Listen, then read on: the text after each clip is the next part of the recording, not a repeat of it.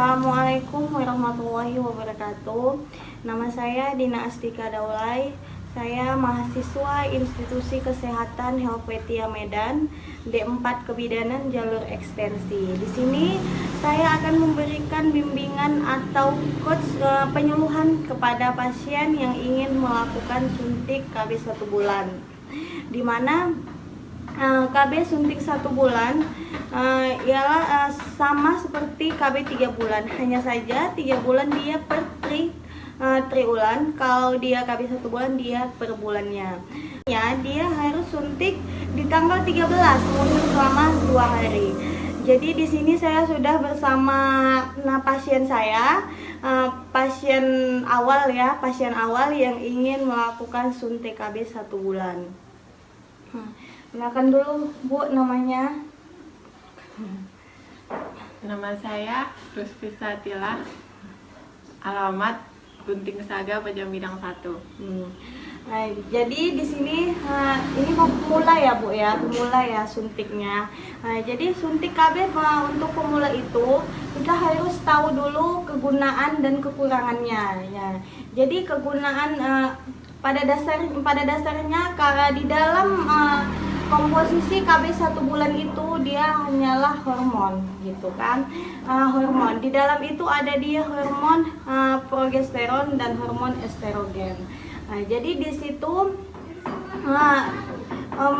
manfaatnya hanya manfaat suntik KB 1 bulan untuk menunda kehamilan. Yang pertama, untuk menunda kehamilan dalam jangka pendek. Nah, dalam jangka pendek, terus setelah itu lebih mudah, lebih praktis, lebih mudah diingat, dan dilakukan dia tidak perlu memasangkan alat kontrasepsi kepada pria, hanya untuk wanita saja. Jadi ketika ibu biasanya kandungan KB suntik 1 bulan itu adalah hormon estrogen dan progesteron, di mana KB suntik 1 bulan adalah lebih mudah dilakukan dan tanpa diingat selangan waktu, karena tidak perlu kita ingat kapan kita harus suntik kembali gitu, karena apabila pasien tersebut mengalami siklus masa haid normal selama 28 hari, dia akan melakukan suntikan kembali setelah haid, atau biasanya sebagian bidan atau praktek klinik juga dia memberikan 2 hari ini dia selang jenjang 2 hari. Umpamanya dia di tanggal 15 suntik KB 1 bulan. Jadi kerugian suntik KB 1 bulan itu dia tidak bisa dilakukan untuk pasien yang terkena serangan jantung, ginjal, atau penyakit kronis lainnya gitu. Dan untuk pasien yang usia lanjut, dia disarankan tidak menggunakan KB 1 bulan, karena takutnya nanti di situ ada hormon hormon kankernya meningkat, atau pasien yang terkena kanker juga tidak bisa digunakan KB suntik 1 bulan. Karena di situ dia ada hormonnya nanti yang memicu untuk yang mengakibatkan sel kankernya lebih meningkat lebih cepat. Nah, jadi udah berapa menit? 4 menit, udah kelamaan. Nanti aku cut. Baru apa lagi yang mau jelasin?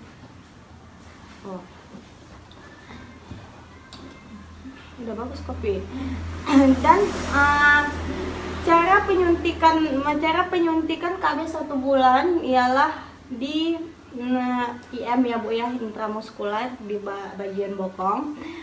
Terus dia disuntikkan selang waktunya itu biasanya 2 hari sebelum suntikan tahun bulan yang lalu. Misalnya kayak saya bilang tadi, ibu suntiknya di tanggal 5, nanti kita pas haid darahnya banyak. atau nanti tiba sedikit gitu, yang biasanya 4 hari bisa jadi 3 hari, bisa jadi 2 hari, atau tidak sama sekali gitu. Cuman itu nggak terlalu berkepanjangan. Terkadang kita selesaikan, kita berhentikan suntiknya, udah nanti 1 tahun ke depan udah normal lagi gitu. Nah, tapi kebanyakan orang juga yang udah suntik KB 1 bulan gitu, yang sudah memberhentikannya, bisa jadi untuk 1 tahun ke depan hamil, bisa juga. Itu bisa efek samping dari pil KB tadi, itu tidak masalah, itu masih dalam batas normal. Nah, jadi ibu kan memang udah yakin nih ya mau pakai suntik 1 bulan kan.